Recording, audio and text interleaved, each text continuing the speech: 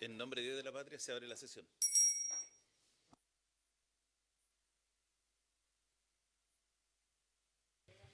Señor presidente, señoras y señores senadores, señor ministro e invitados, la cuenta de esta sesión.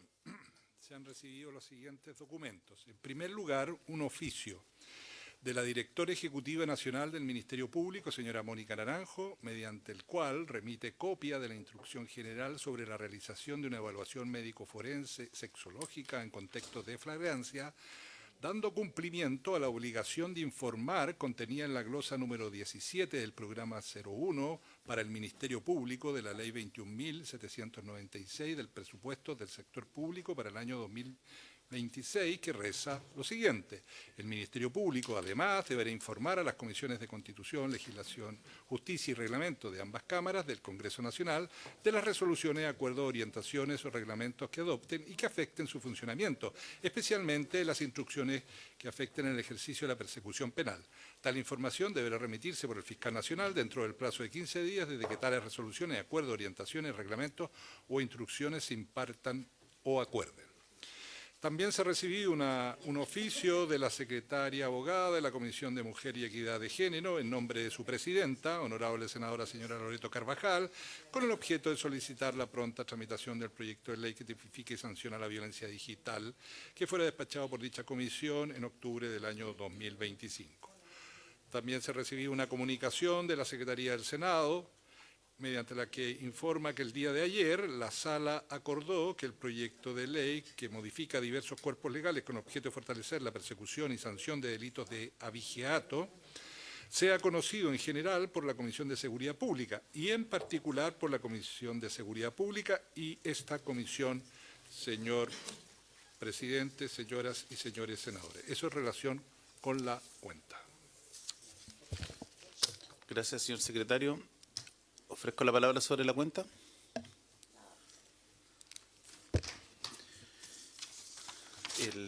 La sesión del día de hoy tiene por objeto, la primera parte, continuar con el estudio en particular del proyecto de reforma constitucional en segundo trámite constitucional que modifica el gobierno judicial y crea el Consejo de Nombramientos Judiciales. A esta parte de la sesión ha sido invitado el señor ministro de Justicia y Derechos Humanos, el ministro Fernando Rabat y sus asesores, la jefa de la División Jurídica, señora María del Pilar Asbun, de la Academia Judicial, el director, señor Juan Enrique Vargas, de la Asociación de Profesionales de Administración del Poder Judicial, APRAJUD, el presidente, señor Patricio Aguilar, los dirigentes, señores Crispo Marañón, Mario Antonio Guzmán y Johnny Alexander Marquina, y de la Asociación Nacional de Funcionarios de la Corporación Administrativa del Poder Judicial, la presidenta, señora Catherine Galarce, y el señor Andrés Narbona. Le damos la bienvenida a nuestros invitados y le ofrecemos en primer lugar la palabra al señor Juan Enrique Vargas, director de la Academia Judicial. Muchas gracias, señor presidente. Por su intermedio quisiera saludarlo a usted y a las senadoras presentes. Y quiero agradecer la oportunidad de hacer esta exposición sobre la Academia Judicial, que tiene por motivación contar su funcionamiento y sus resultados, dado que la Academia Judicial es la puerta de entrada al Poder Judicial y, por lo tanto, todas las decisiones que se tomen con respecto a las etapas siguientes de la carrera de las personas que integran el escalafón primario del Poder Judicial pasa por precisamente tomar consideración de que estas personas han sido seleccionadas de una determinada manera, han sido formadas de determinada manera y reúnen las competencias que la Academia Judicial se encarga de asegurar. Por lo demás, en las sesiones anteriores de discusión de este proyecto ha salido mencionada la Academia Judicial y por lo mismo creo que es relevante contar su funcionamiento como lo pretendo hacer. La Academia Judicial nace hace 30 años, producto de la Ley 19.346, y su principal objetivo fue elevar el nivel profesional de la judicatura. Y en tal sentido, su misión primordial, o lo que motivó con más fuerza su creación, fue precisamente la selección y formación de los futuros miembros del escalafón primario, lo que se realiza a través de su programa de formación. Hay que recordar que con anterioridad a su creación, había muchas críticas al funcionamiento de este sistema, de cómo operaba en la práctica el ingreso al escalafón primario. No había un sistema meritocrático, objetivo, transparente, competitivo, sino más bien se ingresaba producto de redes, redes familiares, redes de amistad u otro tipo que tenían que esgrimir los postulantes. De hecho, creo que una de las cosas que habla bien precisamente del sistema instalado por la academia, que hoy en día cuando se discute sobre nombramiento, no se pone en cuestión este primer paso que es el ingreso a la carrera. ¿Y cómo funciona en la práctica el ingreso a la carrera judicial a través de la academia? Bueno, desde el comienzo se instauró un sistema de selección con estas características que digo fundamentalmente meritocrático. Ha tenido cambios en estos años, pero en lo sustancial sigue siendo el mismo. Consta de 3 etapas. En una primera etapa son seleccionados a partir de los conocimientos. Se les aplica una prueba de selección múltiple a todos los postulantes. Los 120 mejores, con mejores resultados, luego se le aplica una prueba de desarrollo que ya es de resolución de casos y los resultados además ponderados con sus notas de pregrado, porque así lo establece nuestra ley, pesan poco las notas de pregrado, eso sí, son los que pasan a la etapa de test psicolaborales. Solo los 90 mejores pasan a esta segunda etapa, donde se les aplica una batería de exámenes psicolaborales para determinar las competencias necesarias para el rol, como pensamiento crítico o para descartar posibles psicopatías. Y finalmente, los 40 mejores son sometidos a una entrevista con una comisión integrada por miembros del Consejo Directivo de la Academia y en esto hemos avanzado bastante porque hoy en día es una entrevista estructurada, es la misma entrevista con la misma duración para todos los candidatos, cada una la conduce un solo consejero. Y básicamente lo que persigue esta entrevista es indagar sobre la coherencia y consistencia de la carrera profesional, la idoneidad ética y el compromiso con la función judicial. ¿Cuáles son los resultados de este proceso? A lo largo de todos estos años, la Academia ha formado 1.693 personas, de las cuales hoy en día poseen un cargo titular en el Poder Judicial, un 87,2%. ¿Y por qué no más? Porque muchos están en proceso de adquirirlo, están buscando un cargo titular y eso tarda un periodo entre 2 y 3 años. Y en todo caso, las personas que han pasado por la academia son muy pocas las que han abandonado la carrera judicial. Realmente son muy escasas, algunas han fallecido también, pero son muy escasas. Uno de los problemas del diseño inicial del programa de formación es que los egresados no entran automáticamente al escalafón primario, sino que simplemente prefieren a cualquier otro postulante que no tenga esa calidad. Es distinto en ese sentido, por ejemplo, lo que sucede con la academia diplomática. Y mientras no adquieren la titularidad, como decía, que puede pasar un periodo no tan breve de tiempo, nuestros egresados lo que hacen son las suplencias que requiere el Poder Judicial, que no son pocas. El Poder Judicial siempre tiene una demanda muy alta de jueces suplentes y que son entonces asumidas por nuestros egresados.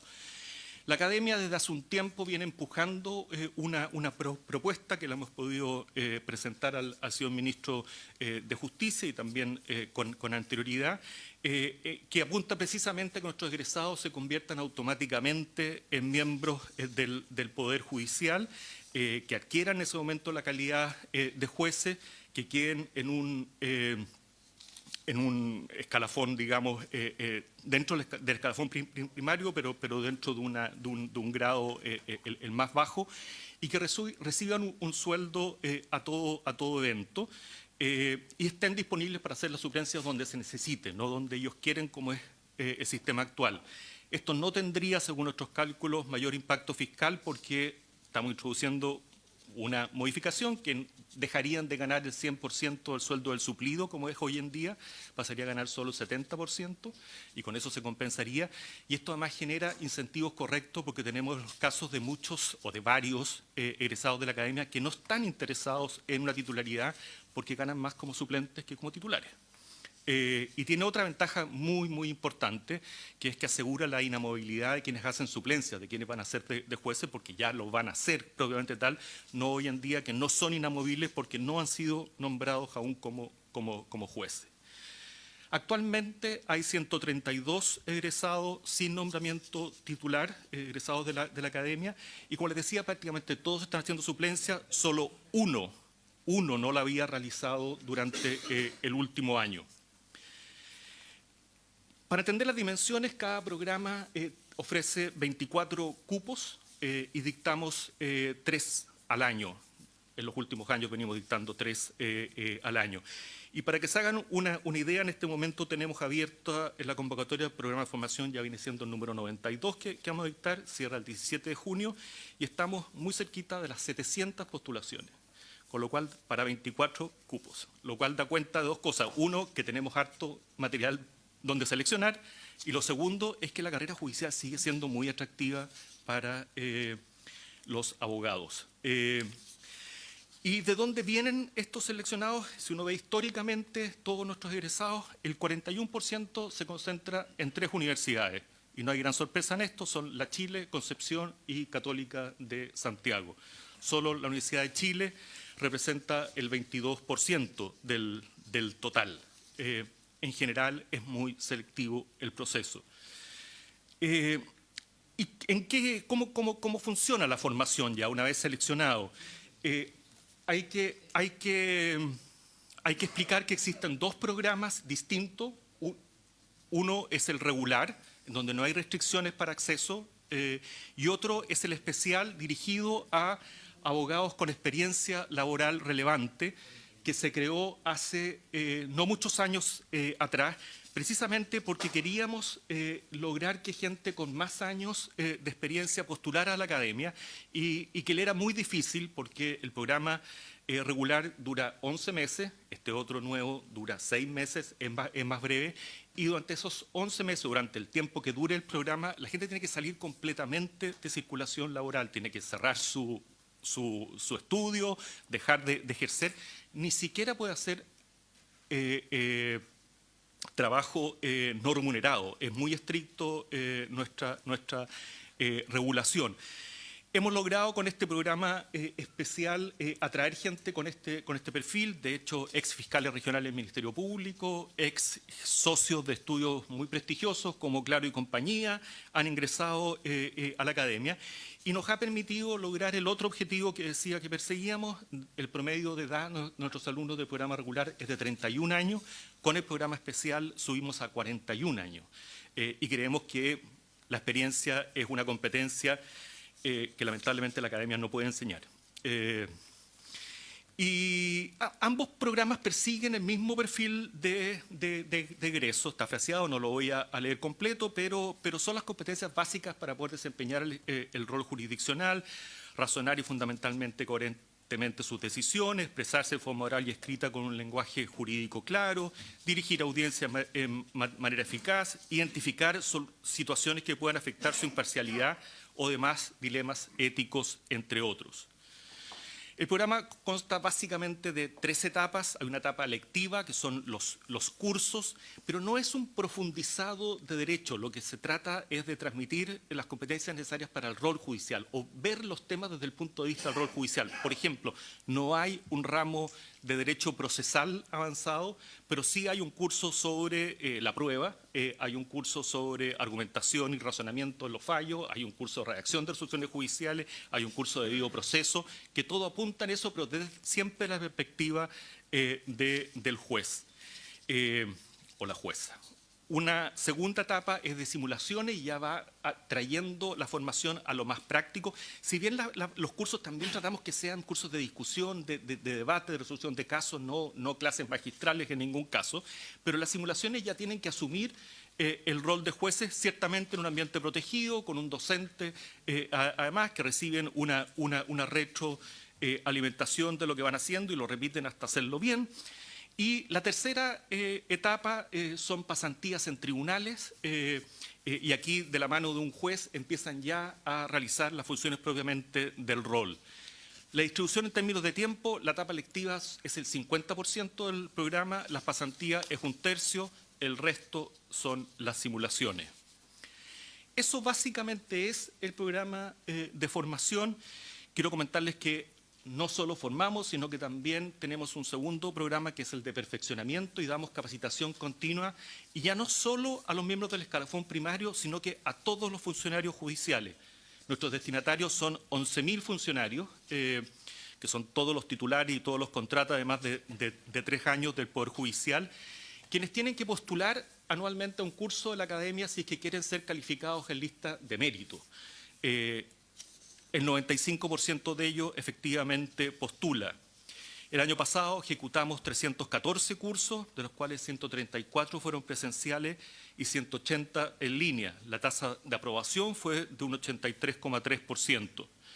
Como decía, hay cursos presenciales, son cursos básicamente de 3 días de duración, la mayoría, y están destinados más que nada a talleres, a resolución de casos, a simulaciones, a discusiones. Y los cursos en línea, por regla general, duran 2 semanas, tienen actividades asincrónicas y sincrónicas. Las sincrónicas son por lo menos 4 y generalmente están destinados a temas más conceptuales y también a la implementación de reformas legales, porque tienen la ventaja de bajar hacia nuestros destinatarios con un discurso uniforme. ¿Cómo se determinan cuáles son los cursos? ¿Cómo se construye la malla? Eso se hace a través de estudios de necesidades de capacitación que básicamente, en síntesis, consultan las siguientes fuentes: obligaciones internacionales que pesan sobre Chile. Tenemos que dar cuenta de que en general son muchas, son cada vez más las que pesan. Legislación nacional, ciertamente, y más con mayor fuerza si es que han habido cambios. Protocolos elaborados por la Corte Suprema. Y el relevamiento de las necesidades que los propios funcionarios o sus superiores nos manifiestan a través de encuestas y focus group. El programa nació, y así está en la ley, más bien tímidamente. No existía antes capacitación y no se sabía cómo iba a funcionar y qué tanta resistencia iba a tener. Y por eso, si uno ve la ley, el programa está pensado fundamentalmente como un ejercicio de desarrollo personal, más que a atender a las necesidades institucionales. ¿Qué significa esto? Que la capacitación es voluntaria. Son los funcionarios los que tienen que postular y postulan al curso que ellos escogen, no necesariamente al curso que necesitan. Y tiene otras consecuencias. Los cursos no eran evaluados tradicionalmente y la obligación era postular, ni siquiera ir, menos aprobarlo. En la práctica esto se ha ido matizando con el tiempo. La Corte Suprema en varias oportunidades ha determinado que ciertos cursos sean obligatorios y nosotros en los hechos todos los cursos hoy en día los evaluamos y nuestro Consejo Directivo del año pasado nos pidió que, me apuro, que comunicáramos los resultados de los 10% mejor evaluados. Voy a acelerar porque estoy contra el tiempo. También manejamos un programa de habilitación para ascender a los cargos de ministros o fiscales, y también realizamos una serie de otras actividades. La Academia realiza muchos seminarios abiertos a la comunidad. Acabamos de terminar 2 ciclos con 4 seminarios cada uno. Un ciclo sobre familia tuvo 444 asistentes en promedio. Un ciclo de esa inteligencia artificial de familia tuvo 763 asistentes promedio, de mucha gente, asiste mucha gente.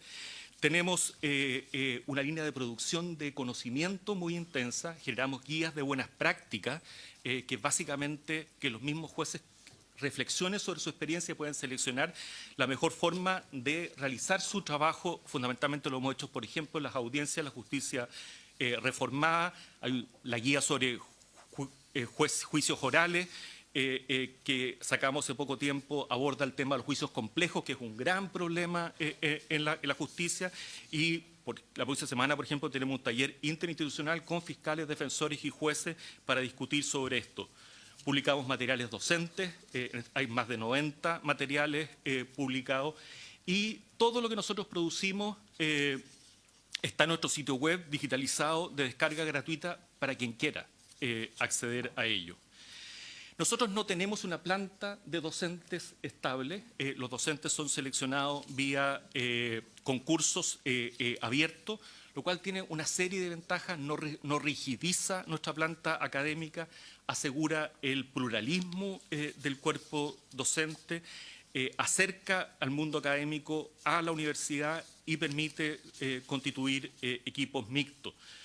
Nada más para que tengan una idea, en el programa de formación que está actualmente en curso hay 72 docentes seleccionados, 54% son docentes universitarios, 38% son funcionarios del Poder Judicial.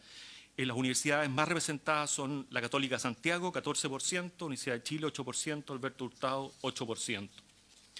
Y finalmente, si me permiten, sé que estoy excedido en el tiempo, aspectos institucionales que me parece relevante destacar, porque todo lo que estoy reseñando se debe precisamente a un diseño institucional que yo creo que ha sido muy virtuoso. El gobierno corporativo de la Academia Judicial está en manos de un consejo que preside en este momento la presidenta de la Corte Suprema, que hay una mayoría de miembros del Poder Judicial, 5 de 9, pero también lo integra el señor Ministro de Justicia o el subsecretario de Justicia, un presidente del Colegio de Abogados, 2 académicos designados por el Presidente de la República con acuerdo de esta corporación. La Academia, si bien está bajo la supervigilancia de la Corte Suprema, goza de autonomía y un consejo de alto nivel como el que tiene es el que precisamente garantiza esa autonomía que ha sido clave para convertirla en un instrumento de mejora e innovación del Poder Judicial. Ese era el objetivo que estuvo detrás de la creación de la Academia Judicial y por eso es que se la puso aparte. Y finalmente, ahora sí que finalmente, es una institución altamente costo efectiva. Tenemos un presupuesto, nuestro presupuesto es menos de 5.000 millones de pesos al año, representa un 0,6% del presupuesto del Poder Judicial, o sea, es muy pequeñito. La Academia solo tiene sede en Santiago, tenemos 29 funcionarios, incluyéndome, y es una institución que así todo atrae, a lo mejor. Es muy interesante, por ejemplo, ver las cifras de postulantes de docentes. En el concurso de perfeccionamiento de este año recibimos 1.355 postulaciones docentes para 221 cursos, o sea, más de 6 postulaciones para cada ejecución. Y si ve desde el punto de vista económico, el programa de formación tiene un presupuesto de 1.200 millones de pesos para este año. La mitad de esa suma se destina a la docencia, el 40% se destina a las becas, nuestros alumnos reciben una beca mientras estudian, y un 10% al proceso de selección. Si vemos cuánto gasta la Academia en administración de esto, tiene 4 personas para esto, gasta el 15% de esa suma, que es mucho menos que lo que cobraría cualquier institución por administrar un proyecto de esta naturaleza. Muchas gracias y disculpe, señor presidente, por el tiempo que me tomé. Gracias, don Juan Enrique. A continuación le ofrezco la palabra a don Patricio Aguilar. Señor presidente, tengo una presentación, no sé si la vamos a poder proyectar. ¿Parto por mientras? Ahí está, bien. Señor presidente, por su intermedio quiero saludar a las y los senadores acá presentes y a todos los invitados. A nombre de la Asociación Nacional de Profesionales del Poder Judicial, venimos en generar y hacer aportes desde la perspectiva de los profesionales de la gestión judicial a esta nueva gobernanza del Poder Judicial. Estas observaciones al proyecto de esta reforma constitucional sobre el gobierno judicial, que tiene 8 boletines y si no más, unos refundidos, que han sido vistos por esta Comisión de Constitución, Legislación, Justicia y Reglamento del Senado de la República de Chile. Hoy nos encontramos el 10 de julio justamente para presentar nuestras propuestas. Nosotros partimos de la base que una justicia moderna requiere jueces independientes y una administración profesional al servicio de los usuarios que ponga a estos en el lugar preponderante y no a la judicatura, no a los jueces. Debemos recordar de que los profesionales del Poder Judicial llegamos con la reforma, señor presidente. Nosotros partimos, ¿no es cierto?, en el año 2000 y fuimos progresivamente incorporándonos en todos los tribunales de justicia, en primera instancia, en primer momento y luego en la segunda instancia, para poder provocar en estas judicaturas un importante aporte, que es gestión. Y por lo tanto somos parte del sistema de justicia, conocemos todas sus fortalezas, debilidades y los desafíos que tiene por delante. Por cierto, somos, como asociación gremial, una de las más importantes del Poder Judicial. Tenemos más de 1.200 asociados en los 448 tribunales de primera instancia. Tenemos presencia en las 17 cortes de apelaciones, como en la Corte Suprema no tenemos, por supuesto, porque no hay profesionales ahí todavía. La reforma constitucional, entonces, ahora propone 3 transformaciones estructurales.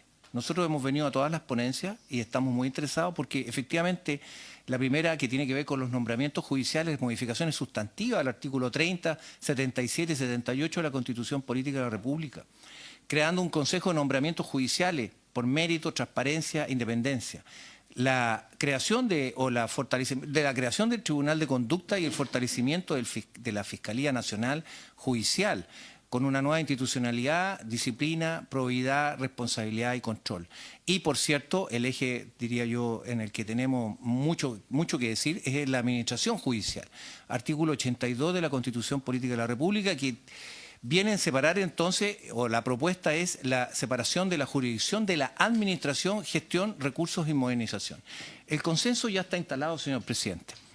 Separar la jurisdiccional de lo administrativo. Creo que aquí no hay ningún relator que no haya acordado aquello.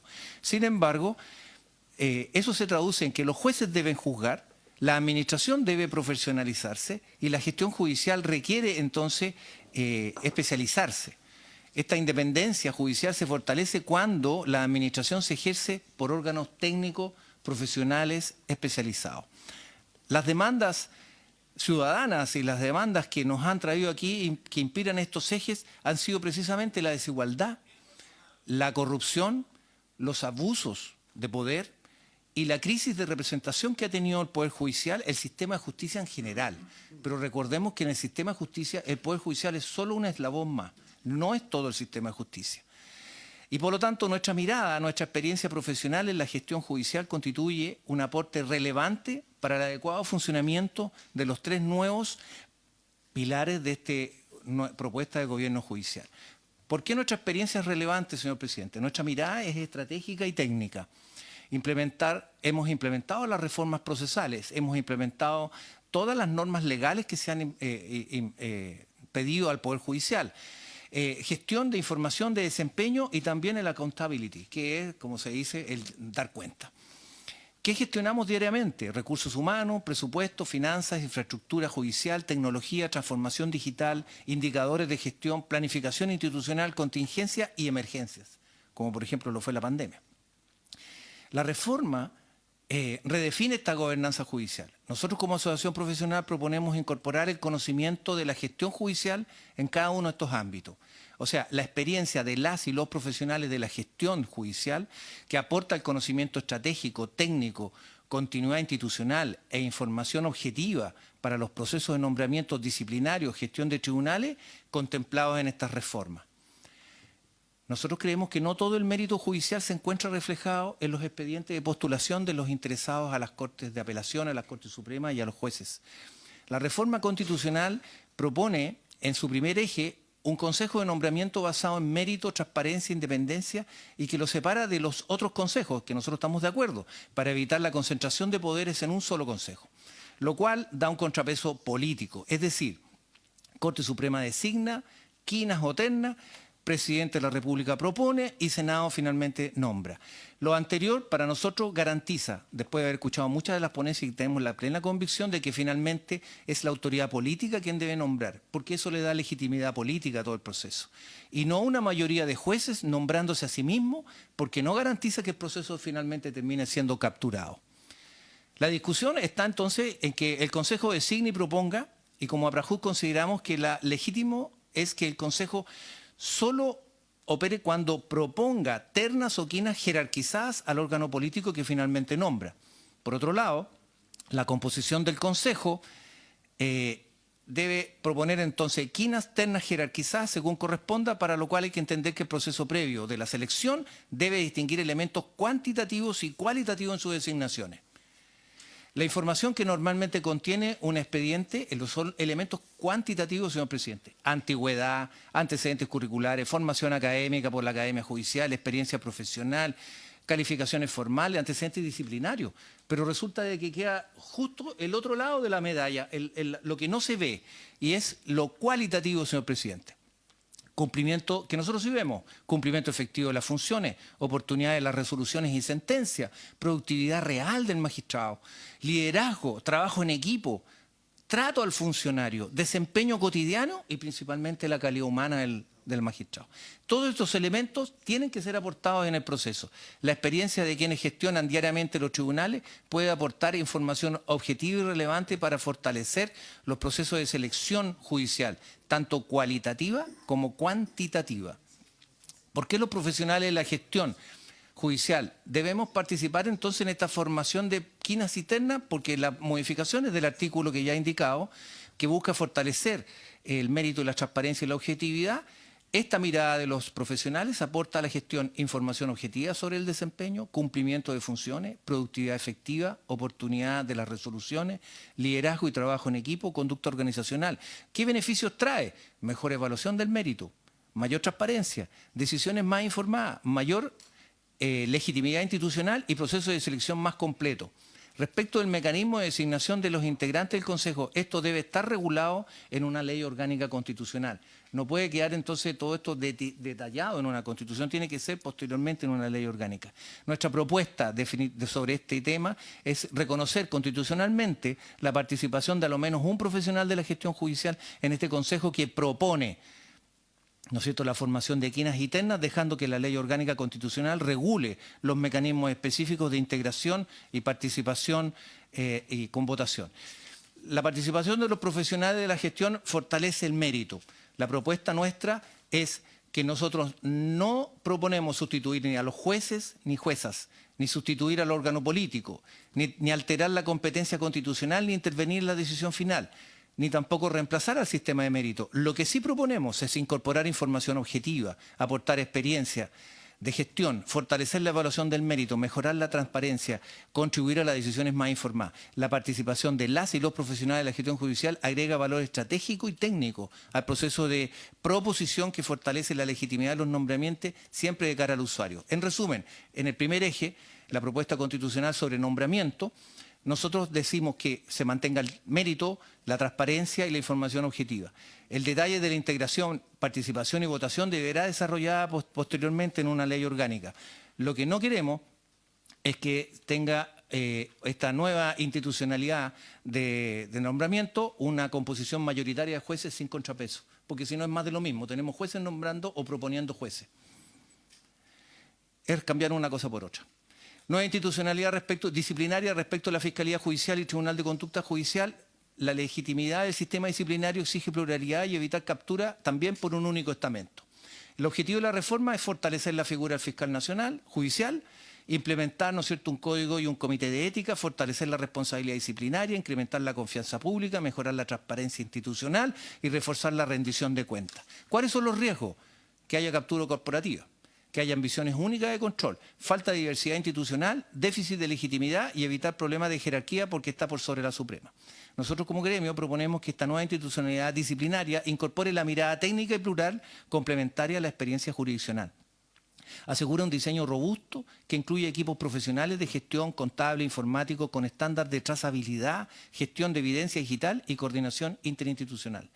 ¿Por qué los profesionales deberíamos participar en la institucionalidad disciplinaria? Que es una pregunta que en algún momento me hizo el señor ministro don Fernando Rabate. Me dice, la disciplina judicial se fortalece cuando se incorpora las distintas perspectivas institucionales y conocimiento técnico especializado. La experiencia que aporta la gestión judicial es gestión de personas, evaluación de desempeño, cumplimiento de metas, clima y conducta organizacional, proceso interno, continuidad institucional. El valor es mayor pluralidad, menor riesgo de captura, más información objetiva, mejor legitimidad institucional, decisiones más completas y confianza pública. Entonces, si el Programa de Naciones Unidas para el Desarrollo, el PNUD, establece que el Código de Ética y los tribunales de conducta deben estar integrados, no solo por el empleador, sino que también por los trabajadores. Eso lo establece un órgano internacional. Y en el Poder Judicial lo que se hace es endogamia, es decir, crear un tribunal de conducta o un código de ética de jueces solo para jueces. En resumen, el eje número 2, la pluralidad institucional respecto de la disciplina judicial legítima, debe considerar la judicatura, no cabe duda, una gestión judicial y legitimarse. La propuesta de nuestra asociación es incorporar constitucionalmente la participación de profesionales en la gestión judicial en la nueva institucionalidad disciplinaria, dejando una ley orgánica constitucional la regulación de su integración y atribuciones. Pero lo que proponemos es más pluralidad, más legitimidad y más confianza pública. Finalmente, respecto de la separación de lo jurisdiccional de lo administrativo, se pretende reformar el artículo 82 de la Constitución respecto de la superintendencia principalmente correctiva y económica, que busca separar las funciones jurisdiccionales de las funciones administrativas del Poder Judicial. En esto, como ya dijimos, existe consenso. Corte Suprema, Ministerio de Justicia, expertos de la academia, la magistratura, nuestra asociación, todos los que hemos expuesto y que hemos venido a las distintas charlas y desde antes de la comisión también hablaban de lo mismo. ¿Pero en qué se traduce esto? La discusión ya no es si debe existir separación de la jurisdicción de lo administrativo. La discusión es cómo diseñar una administración judicial moderna, profesional y eficiencia que libere a la Corte Suprema de estas funciones. La administración judicial es una función especializada, señor presidente, que requiere capacidades técnicas permanentes. La administración judicial es una función especializada porque resuelve conflictos, dicta sentencias, interpreta el derecho, garantiza los derechos y aplica la ley. Esa es la función jurisdiccional. Pero la administrativa, en el otro lado, el otro lado de la medalla, es gestionar recursos, administrar presupuestos, gestionar personas, gestionar tecnología, planificar y evaluar. Entonces, ¿qué gestionan los profesionales judiciales? Justamente aquello, por recursos humanos, presupuesto, infraestructura, mantenimiento, tecnología y planificación y estrategia institucional. La especialización de la administración judicial no compite con la función jurisdiccional, solo la fortalece y da garantía a la ciudadanía de un correcto cumplimiento del principio del buen uso de los recursos fiscales y la independencia judicial. Existe entonces una experiencia institucional acumulada dentro del Poder Judicial. Nosotros somos parte del Poder Judicial, no partimos de cero, tenemos capacidades técnicas y experiencia y conocimiento. Las reformas implementadas, tanto penal, familia, laboral, cobranza, la digitalización judicial, la OJB, por ejemplo, Oficina Judicial Virtual, la gestión durante la pandemia, leyes que hemos tenido que implementar sin financiamiento. La presidenta de la Asociación de Magistrados decía que eran 80 leyes sin financiamiento, que hemos tenido que implementar precisamente con la dotación que viene desde el año 2000, fijada por ley. Entonces, hemos logrado sacar estas capacidades desarrolladas de gestionar recursos humanos, gestionar financieramente infraestructura y judicial, tecnología e innovación junto con la Corporación Administrativa del Poder Judicial. Pero tengo que decir, estas administraciones están en los tribunales, no solo en la Corporación Administrativa. La Corporación Administrativa ve solo una parte, yo diría que muy técnica, pero lo más difícil es administrar recursos, los recursos humanos principalmente. No me gusta mucho el término, pero nosotros administramos personas, jueces, funcionarios, personas y siempre de cara al usuario. Entonces, esta continuidad institucional que nosotros proponemos es que la Corporación Administrativa del Poder Judicial es una experiencia instalada exitosa y hay que darle continuidad a todas las personas y a todos los procesos que están ahí involucrados. La transición es a modernizar la institución con un nuevo órgano que administre judicialmente de manera autónoma, separada de la Corte Suprema. ¿Qué debe preservarse? El conocimiento institucional, equipos especializados, gestión financiera, tecnología judicial, planificación estratégica, continuidad operacional. La propuesta de Abrajut, entonces, nuestro órgano de el nuevo órgano de administración judicial debe construirse sobre las capacidades ya existentes, asegurando continuidad laboral, técnica e institucional en su composición. Debe integrar profesionales de la gestión, no jueces, para sostener el principio de la separación de funciones. Entonces, la propuesta se resume en estos ejes. Un nuevo órgano de administración judicial con participación constitucional, por cierto, con continuidad operacional de la corporación y de la administración de tribunales, gestión profesional y experiencia institucional. Nuestra propuesta es que se reconozca constitucionalmente la participación de las y los profesionales de la gestión judicial en la integración de este nuevo órgano de administración judicial, dejando en una ley orgánica constitucional la regulación de la composición y su financiamiento. ¿Qué gana el sistema? Con esto voy terminando, señor presidente, disculpe. Si no se considera la participación de los profesionales, el riesgo es de la pérdida de esta experiencia. Una menor continuidad institucional. Curva de aprendizaje más extensa, porque quienes lleguen no van a conocer cómo funciona desde adentro esta situación. Menor información técnica, mayor dependencia de las estructuras nuevas y un riesgo de corrupción y decisiones sin contrapeso, evidentemente con riesgo de captura. con la participación de los profesionales que se gana aprovechamiento de las capacidades instaladas, continuidad operativa institucional, conocimiento especializado acumulado, más información para la toma de decisiones, implementación más eficiente de la reforma, la accountability, que es dar cuenta, y gestión de implementación de las nuevas leyes que se puedan incorporar, obviamente, en el futuro.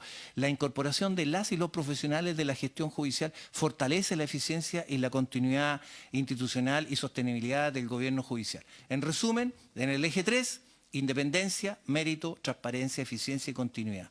La participación de nuestro estamento contribuye directamente a los objetivos que inspiran la reforma constitucional de un gobierno judicial que separa lo jurisdiccional de lo administrativo, incorporando a los profesionales de la gestión ahora con derecho a voz y voto.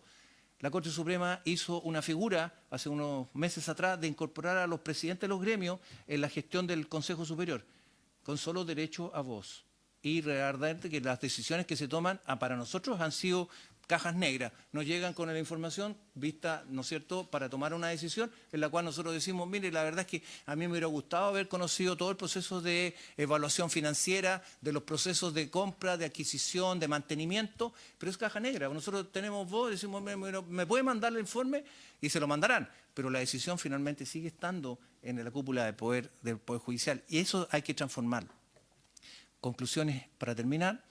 Nombramientos judiciales, participación constitucional de los profesionales de la gestión, nueva institucionalidad disciplinaria, participación constitucional de los profesionales, nuevo órgano de la administración judicial, integración de los profesionales por sí, con derecho a voz y voto en la mayor cantidad que se pueda, para aprovechar estas capacidades instaladas que tenemos, porque vamos a ayudar al Poder Judicial, no lo vamos a trabar, vamos a gestionar mejor las necesidades que vienen desde las bases de cara siempre al usuario, en una gobernanza judicial más justa, que será más fuerte, se integra la experiencia de quienes gestionan diariamente el sistema de justicia. Muchas gracias, señores. Gracias, don Patricio. Le ofrezco la palabra a don Andrés Narbón. Buenos días. En primer término, la Asociación Nacional de Funcionarios y Funcionarias de la Corporación Administrativa del Poder Judicial agradece a los señores honorables que puedan recibirnos en una presentación que es más bien testimonial, más acotada, pero no menos importante. Conocer la realidad de los funcionarios de la Corporación Administrativa, del trabajo que desempeña, que algo ya ha esbozado el señor Aguilar en esta presentación, es muy importante, porque los números que se aprecian son bastante grandes. Es el movimiento del personal del Poder Judicial en la administración de los recursos humanos y financieros. Respecto a aquello, nuestra participación se fundamenta en la relevancia que tiene para los más de 1.200 funcionarios de la Corporación Administrativa del Poder Judicial la definición institucional que adopte el legislador respecto del órgano que asumirá estas funciones en el futuro. Asimismo, valoramos que esta discusión permita abordar de manera largamente debatida en diversos procesos de modernización del Estado y del sistema de justicia, la separación entre las funciones jurisdiccionales y las funciones administrativas del Poder Judicial. Uno de los aspectos que nos ha hecho bastante ruido y la necesidad de hacernos partícipes de este proceso de discusión es que siempre se ha hablado de un nuevo organismo. Ciertamente, todos comprendemos aquí que en una realidad estructural la gente entiende si hay un nuevo organismo, ve peligrando su función actual. Me hace sentido lo que dice el señor Aguilar en el sentido de que esto tiene que tener una continuidad operacional. No se podría lograr bajo ningún punto de vista si la corporación no tiene esta continuidad de profesionales, pero aquella continuidad que quede debidamente garantizada en el proceso. Esta continuidad no está garantizada hasta aquí, solamente se ha dicho en el proceso de discusión previo de que mientras no se cree el nuevo organismo, será la corporación administrativa quien desempeñe estas funciones, situación que parece de perogrullo, ¿no? En el contexto de la discusión, durante la tramitación del proyecto en la Cámara de Diputados, se constató que existía un limitado conocimiento respecto de la naturaleza, funciones y relevancia de la Corporación Administrativa del Poder Judicial, aun cuando el proyecto legislaba precisamente sobre el órgano encargado de la administración de los recursos institucionales. Fue ahí, en esa instancia, a instancia de un diputado que solicitó antecedentes para poder saber más acerca de este organismo. Esta situación motivó la participación de la ANFOCAPJ en el debate legislativo, el cual comenzó tanto en el primer proceso como en el segundo proceso constituyente, con el propósito de aportar antecedentes técnicos e institucionales que permitieran adoptar decisiones informadas respecto del futuro diseño de nuestro organismo. Bueno, posteriormente este proyecto de ley que dio cuenta de lo que se había intentado en el proceso de cambio de la reforma constitucional. La Corporación Administrativa del Poder Judicial es una institución consolidada. Cuenta con 36 años de experiencia en el servicio del Poder Judicial. Actualmente es una institución altamente profesionalizada, integrada por más de 1.200 funcionarios, de los cuales más del 90% tiene un título profesional y el 82% de los funcionarios tiene una asignación profesional. Quienes entienden este proceso en el mundo público, esas personas deben cumplir con un requisito determinado respecto al número de semestres y el tipo de título profesional que debe ejercer para tener esta asignación que aporte el Estado. Su labor constituye el soporte operativo, tecnológico, financiero, inmobiliario y logístico que permite el funcionamiento de los tribunales del país. Situación no menor. En el desarrollo tecnológico, durante las últimas décadas, la Corporación Administrativa ha liderado una profunda transformación digital del sistema judicial chileno, impulsando herramientas fundamentales para el acceso a la justicia. Entre ellas podemos mencionar el sistema de tramitación electrónica de causas, la oficina judicial virtual, el sistema electrónico de nombramientos, plataforma institucional de capacitación y learning, interconexiones tecnológicas con más de 20 instituciones del sistema de justicia y del Estado, incluyendo materias al Ministerio de Justicia, Carabineros de Chile, Policía de Investigaciones, Registro Civil, Gendarmería, entre otros. Esta alianza estratégica con el mundo público y también el mundo privado es muy importante. Digo público y también privado. El aspecto, por ejemplo, de la relación causal que tenemos con la licencia médica electrónica, una situación que ha sido altamente reconocida por los órganos del Estado. Incluso nuestra corporación ha podido brindar capacitación a órganos del Estado en relación a esta materia. Después de la situación ocurrida con las licencias médicas, darles charlas a todos los órganos públicos dirigidas por la CONPIN porque requerían de modernizar sus sistemas. Esa situación no es tan vista ni acostumbrada dentro del mundo público y nosotros sí la podemos sostener.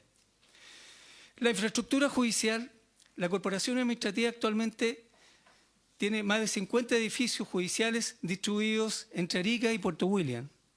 Esta labor comprende mantención operativa y de infraestructura, diseño y ejecución de proyectos de inversión, licitación y administración de contratos, construcción de nuevos edificios judiciales, gestión de servicios asociados al funcionamiento de los tribunales. Todo ello genera un importante impacto económico y social en las comunidades donde se emplazan estas dependencias, promoviendo empleo y desarrollo regional. O sea, es un adicional a la labor ya permanente de esta organización. La necesidad de una separación entre funciones jurisdiccionales y administrativas. ANFUCASCOTA, nuestra asociación, comparte el objetivo central, ya lo han dicho los exponentes, de este proyecto: separar las funciones jurisdiccionales de la administrativa. Ya esto ya parece zanjado de esa manera. Se trata de una propuesta que cuenta con amplios consensos históricos y que busca que los ministros y ministras de la Corte Suprema concentren sus esfuerzos en la función jurisdiccional, mientras que las decisiones relativas a la gestión institucional, administración de recursos, infraestructura tecnológica y desarrollo organizacional sean adoptadas por órganos especializados. Bueno, solo decirles que nosotros ya lo somos.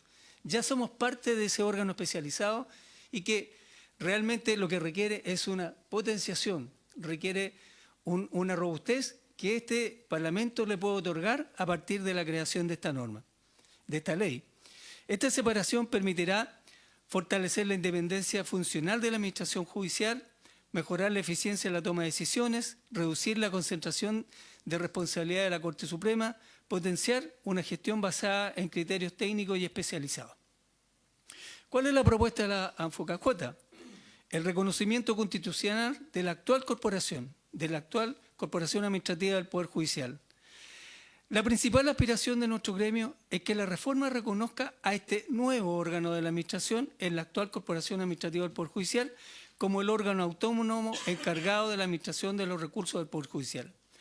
Estimamos que resulta más eficiente fortalecer una institución existente y consolidada que crear una nueva estructura, evitando costos mucho más grandes y adicionales y aprovechando la experiencia acumulada durante más de 3 décadas, situación que ha sido también reconocida en este día. La autonomía institucional, el nuevo órgano debe contar con una autonomía suficiente para ejercer sus funciones administrativas con dependencia técnica. Dicha autonomía debe coexistir con adecuados mecanismos de control de rendición de cuentas. En este sentido, la ANFUCAJ no observa inconvenientes en que el organismo que quede sujeto a la fiscalización sea la Contraloría General de la República, considerando que actualmente la corporación posee sólidos mecanismos de control interno y una cultura institucional basada en la autorregulación y la transparencia. Esto está dado, por ejemplo, con la implementación de matrices de riesgo, matrices de delito, y están incorporadas en su plan estratégico del año 2026-2030, situaciones que son un hecho para esta organización. Respecto a la nueva gobernanza, la reforma debiera definir precisamente la integración del futuro Consejo Directivo de la ANFUCAJ, con representación de los distintos estamentos del Poder Judicial, mayoría de integrantes con experiencia acreditada en administración pública y gestión de recursos, ausencia de componentes políticos, es decir, que ninguno ex integrante o de otros estamentos del Estado tengan participación del futuro Consejo Directivo, independencia técnica para la toma de decisiones. No es que se tenga que reñir con el mundo político, más bien esto es un aspecto netamente técnico y debe resolverse como tal, por cuanto ex autoridades probablemente con mucho bagaje en el concepto de la administración probablemente sea otra la mirada. Lo anterior permitirá evitar la reproducción del modelo actual, donde las decisiones eminentemente administrativas recaen en autoridades cuya experiencia principal se encuentra en el ámbito jurisdiccional. Eso no quiere decir que lo hagan mal.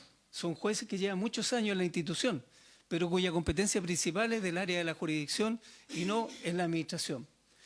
Complementando lo que decía el señor Aguilar en relación a la participación del Consejo Superior, por alguna razón se determinó que esta asociación no participara de ese Consejo Superior, indicando que había un conflicto de intereses que todavía desconocemos cuál sería, ¿cierto? Entendiendo que en dicha mesa también la integran los magistrados, ¿cierto?, los profesionales y la ANFUCAJ, que presenta toda la información y el material para el Consejo Superior en la toma de decisiones, no participa de esta mesa. De hecho, su directora no tiene derecho a voto en el proceso que hace, más bien nosotros presentamos todos los antecedentes técnicos, de tal manera que el Consejo Superior adopte las decisiones que hoy día toma. Ahí también hay números que lo voy a señalar rápidamente a continuación. Actualmente, la corporación tiene un origen normativo limitado.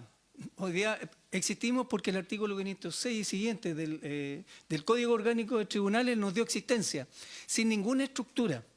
Por tanto, esto también representa una oportunidad, porque el proyecto indica que este órgano debe tener una estructura determinada, ¿cierto? Y ya lo mencionaba ayer el senador Esquella en relación al costo, ¿cierto?, de que esto significa.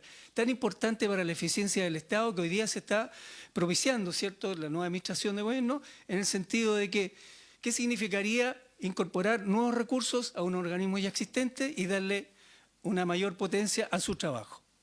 Definir una planta institucional permanente, modernizar su marco legal, establecer una orgánica acorde a los desafíos actuales, fortalecer sus unidades técnicas y especializadas. Esto no es solo discurso. Esto es un hecho hoy día en la corporación administrativa. Este es un trabajo permanente del cual nosotros podemos dar cuenta. Los profesionales de nuestra institución así lo entendemos. La transición debe garantizar la estabilidad y continuidad operativa y resguardo de las capacidades técnicas ya actualmente instaladas.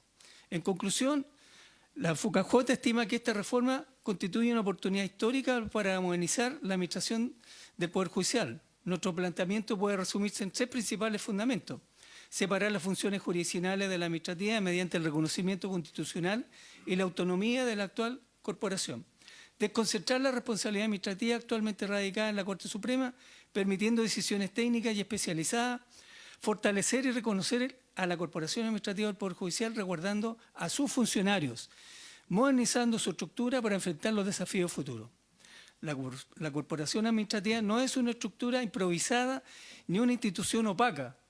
Tampoco ha permeado el sistema en general, donde sus funcionarios han actuado en forma proba. No ha habido grandes problemas y tampoco desfalcos al Estado producto de sus acciones.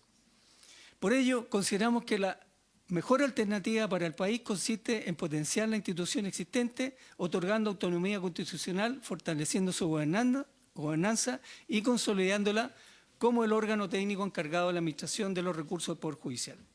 Solo para terminar, algunos números. En el informe ejecutivo de gestión de la Corporación Administrativa 2024-2026 se cuenta 1.790 acuerdos instruidos por el Consejo Superior, de los cuales 1.466 están terminados. La CAJ mantiene resultados de ejecución casi perfectos, posicionando al Poder Judicial entre las instituciones públicas con mejor desempeño y responsabilidad fiscal de Chile. Dentro de sus ejes de la arquitectura del plan estratégico, existe en el pilar A la probidad y transparencia en el uso de los recursos, el pilar B la cercanía con tribunales para soluciones efectivas, pilar C eficiencia y gestión, optimización de trámites, pilar D fortalecimiento de control interno y normativo, acceso y modernización en el pilar E.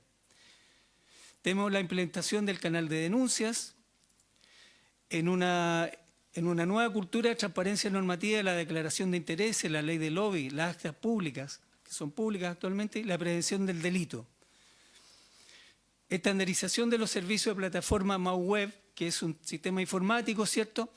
Contarles que durante el proceso de pandemia, la corporación implementó más de 8.000 personas en teletrabajo en el lapso de 2 semanas.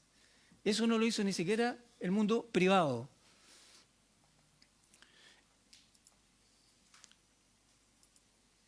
El diagnóstico territorial a la infraestructura, 129 tribunales críticos, 3.331 encuestados para poder mejorar la realidad de la infraestructura a nivel nacional. En el respecto a la revolución de las compras públicas, ¿cierto? La caída en un 95% en montos y 88% de las operaciones de trato directo. Se tomó el guante y eso está bajado al mínimo, ¿cierto? Como también se ha propiciado por parte de la autoridad de gobierno. La agilidad administrativa y tecnológica,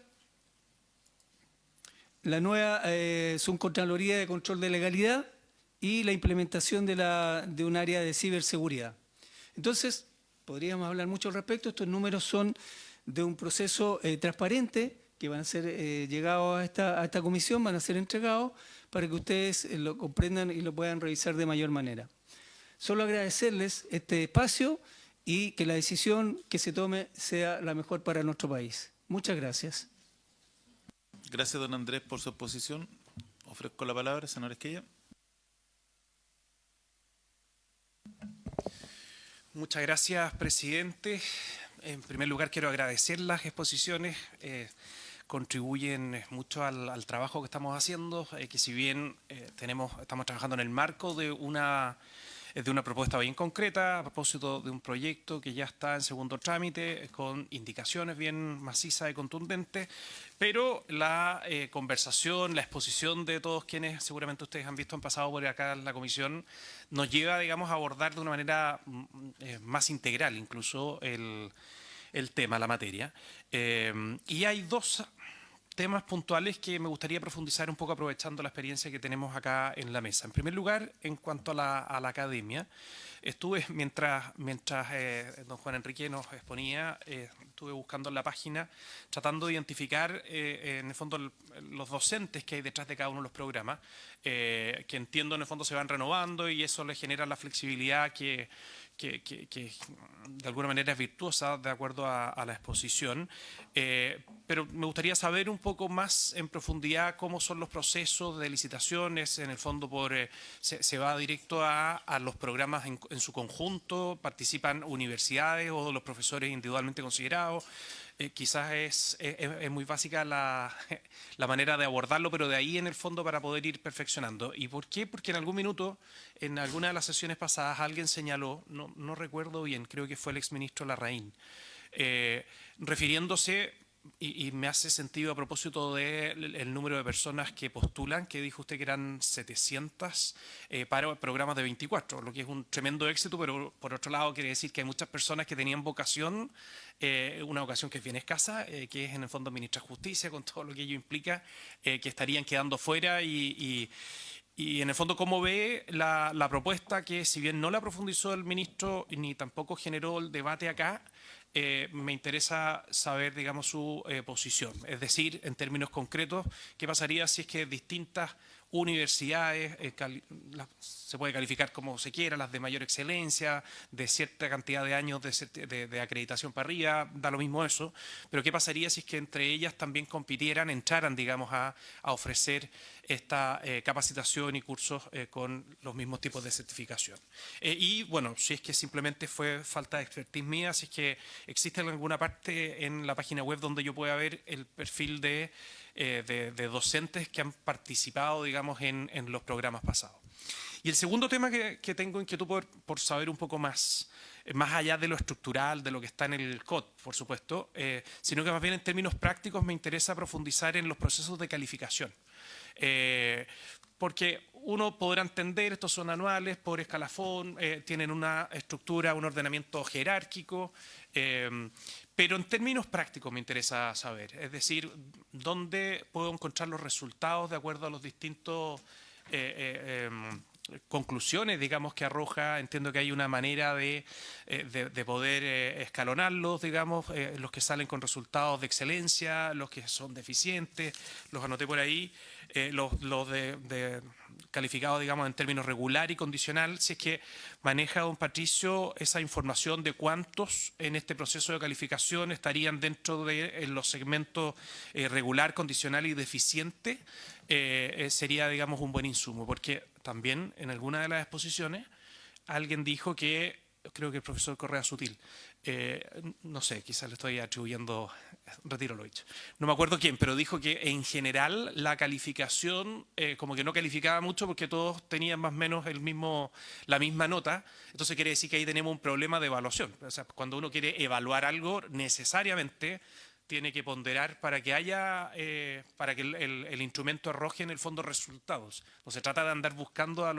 los que tienen malos resultados, pero quiere decir que el instrumento simplemente no sirve si es que todos sacan la misma nota. Entonces, esto tiene vinculación con el tema, precisamente porque si tenemos un proceso anual y estamos buscando excelencia y mérito como parte de la selección para promoción, digamos, de ciertos cargos de relevancia en la administración de justicia, puede ser un indicador relevante si es que se corrige y si es que hay comentarios o ideas de mejora. También sería muy interesante conocerla. Muchas gracias, presidente. Gracias, senadora Esquella. Senadora Pascual. Sí, gracias, presidente. Bueno, saludar a todos los invitados y agradecer las exposiciones. Yo quisiera una pregunta por su intermedio, presidente, al director de la Academia Judicial, si pudiera precisar un poco, digamos, la valoración del papel que puede jugar la Academia precisamente en un nuevo sistema de nombramiento. O sea, ¿cuáles serían los aportes que podría hacer a un consejo de nombramientos judiciales? ¿Cuáles son, entendemos toda la parte formativa, digamos, ¿no? Pero, por ejemplo, ¿qué pudiera en concreto, digamos, ser de aporte que pudiera incorporarse o no a posterior después? Lo digo, no es para la discusión necesariamente de la reforma constitucional, pero creo que son insumos importantes luego para las leyes orgánicas que tienen que implementar la propia reforma. Eso es un poco mi consulta, presidente. Ministro. Señor presidente, por su intermedio a lo mejor complementar lo que estaba en el punto IT de la señora senadora Pascual, porque también a mí me tenía interesado a la luz de lo que es la indicación 32ª letra A del Ejecutivo y el rol que en esa indicación cumpliría precisamente la Corporación de Asistencia Judicial en el proceso de nombramiento, en orden a definir los perfiles de los cargos, así como de los mecanismos e instrumentos de evaluación del mérito. ¿Ah? Entonces, ese sería el objeto que en esta indicación del presidente de la República tendría la Academia, el rol que tendría la Academia Judicial. Está en la página 45. Ah.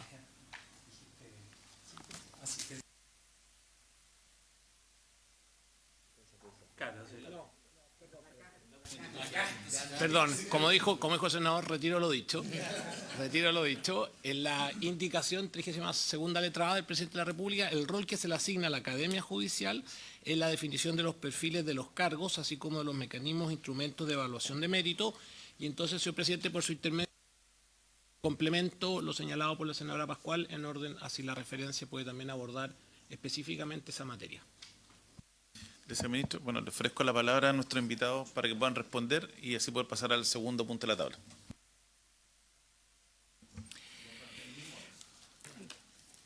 Muchas gracias, señor presidente. Con su venia, me hago cargo de las preguntas. Primero, con respecto a lo que consulta el senador Esquella. Los docentes son seleccionados vía licitaciones para cada programa de formación o a veces un conjunto de ellos cuando los podemos agrupar, o para cada ciclo de programa de perfeccionamiento se publicita un llamado a concurso abierto al cual pueden postular personas naturales, agrupación de personas naturales o personas jurídicas, y de hecho lo hacen en las tres calidades. Más personas naturales, a decir verdad, pero pueden postular también personas jurídicas como las universidades. Y son seleccionados por una comisión de nuestro consejo directivo, que ya dije cómo estaba integrado, y luego esta adjudicación es ratificada por el consejo directivo en pleno. Con respecto a la idea, y con respecto a los datos, en la página web se publicitan los resultados de los procesos de adjudicación con la lista de todos los postulantes, no solo los que se adjudicaron, de todos, con los puntajes recibidos, justificando por qué recibieron el puntaje que recibieron, digamos. Ahí se puede escrutar toda la información. Con respecto a la idea del senador Larraín, que he tenido la oportunidad varias veces de conversarlo con él, del ex senador Larraín o ex ministro Larraín, de que los programas de formación en completo pudieran ser asumidos por universidades distintas. Bueno, nosotros nos parece que el programa de formación es el corazón del trabajo de la academia. Sería realmente, la idea solo nos pone nerviosos, pero no por desprendernos algo que entendemos muy propio y que entendemos además que lo hacemos bien, quizás estemos equivocados, sino porque nos parece que es una idea muy riesgosa. Una de las cosas que precisamente trata de garantizar la academia es que haya una formación plural con grupos de docentes plurales. Por eso decía de que en cada programa de formación hay docentes de las distintas universidades. Leía los datos del último, hay de la Universidad Católica, Universidad de Chile, de muchas universidades, de regiones, y todas esas miradas distintas confluyen en la formación. Y nos parecería muy complicado que hubiera una cohorte de egresados de la academia, y estos son los egresados de la Católica, esta cohorte son los egresados de la Chile, esta cohorte son los egresados de allá, cada una con una impronta única y exclusiva. Me parece que es una mala idea para la formación de los jueces, que debieran tener siempre esta visión comprensiva y plural, más allá de lo que piense, por supuesto, cada uno de ellos, que son independientes y libres para hacerlo. Con respecto a lo que la senadora Pascual preguntaba sobre la valoración del posible papel de la academia y el complemento del ministro Rabat sobre esto mismo. Nosotros tenemos experiencia en procesos de selección y la idea, entiendo yo, es establecer sistemas de concursos que tomen de esa experiencia, y por supuesto esa experiencia está a la disposición en la medida de nuestras posibilidades. Ciertamente, como les decía, somos una institución muy pequeña, la cantidad de nombramientos judiciales son muchos, pero si nosotros pudiésemos ayudar en ese proceso, sobre todo en la definición de los términos como se plantea en la indicación que citaba el ministro Rabat, que es básicamente la definición de perfiles, sin duda yo creo que es una experiencia que sería útil de aprovechar. Y para la evaluación del mérito, y ahí yo quiero levantar un punto que a nosotros nos parece muy significativo. Nosotros descansamos mucho, a decir verdad, sobre todo en el anhelo original de los postulantes, en los conocimientos, y nos parece que tiene una serie de ventajas, digamos. Es objetivo, es rápido, podemos rápidamente decir esta persona no tiene el nivel, y yo creo que tiene mucho sentido para admitir a alguien que ingrese a la carrera judicial. Tiene que tener un cierto nivel garantizado. Yo creo que tiene bastante menos sentido en las etapas posteriores. Por lo pronto, porque ya lo hicieron. Todos han acreditado que tienen ese cierto nivel, y sobre todo porque cuando la gente ya lleva cierto tiempo en una institución, no está ingresando, dice mucho más sobre cuál va a ser su desempeño futuro el conocer el desempeño pasado. Si ha sido un mal juez, lo más probable es que vaya a ser un mal ministro o un mal juez en otra parte. Me dice mucho más eso a que sea un experto en derecho civil. Por lo tanto, yo pondría mucho más el énfasis en eso, en la evaluación del desempeño, que no descansara solo en conocimientos, que yo entiendo que es mucho más fácil a veces porque es muy objetivo hacerlo, pero creo que dice mucho menos, insisto, cuando no se trata de ingresar a la institución, hay gente que ya está en ella, sino que más bien estos otros aspectos cualitativos que son muy complejos de evaluar en cualquier institución y más complejos de evaluar todavía en el Poder Judicial, donde topamos con el problema de la independencia judicial que puede haberse lesionada por esto. Así que no es un tema sencillo, pero creo que cualquier avance de realmente contar con información de calidad para las promociones judiciales pasa por un sistema de evaluación de desempeño que efectivamente funcione. Muchas gracias, señor presidente. Gracias, señor presidente, por su intermedio. Quisiera también responder algunas de las inquietudes y también me voy a hacer parte de la pregunta respecto a la Academia Judicial, porque nosotros tenemos la experiencia de ser usuarios, o sea, personas beneficiadas por los sistemas, de no solamente de la formación, que es la que busca personas desde el propio Poder Judicial o externos que postulen para ser jueces, sino que de perfeccionamiento que tiene que ver con la capacitación. Pero sin embargo, debo decir que el Poder Judicial es un poder del Estado, y como poder del Estado es bastante hermética su cultura. No es fácil conocer la cultura. Cuando viene una persona externa, digamos, un profesional de una universidad muy connotada, por cierto, con una gran experiencia, probablemente va a conocer de la reglamentación y de las estructuras jerárquicas y de todo lo que está escrito profusamente sobre el Poder Judicial. Pero hay elementos que no están contenidos en ninguna norma legal, ni en ningún reglamento, ni en ningún paper. ¿Cómo es que funciona adentro la organización? Y eso entonces aporta mucho a la formación y al perfeccionamiento, el contar con ministros que estén dando cursos en la academia, o jueces, o profesionales de la gestión.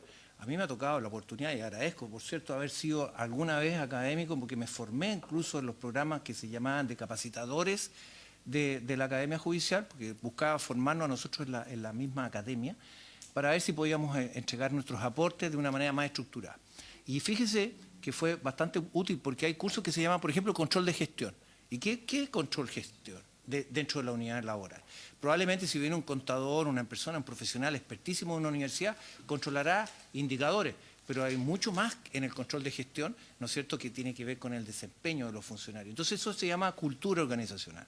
Por eso creo que es bueno matizar, mezclar expertise de la academia externa, como también de la experiencia interna de las organizaciones. Creo yo que ahí le faltó a mi colega, pero yo sé que ellos lo hacen. Y esa mixtura ha sido bastante virtuosa.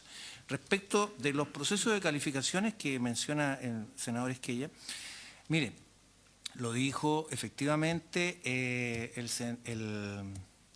señor Correa Sutil, él lo mencionó, porque efectivamente el proceso calificatorio del Poder Judicial es antiquísimo, está totalmente obsoleto.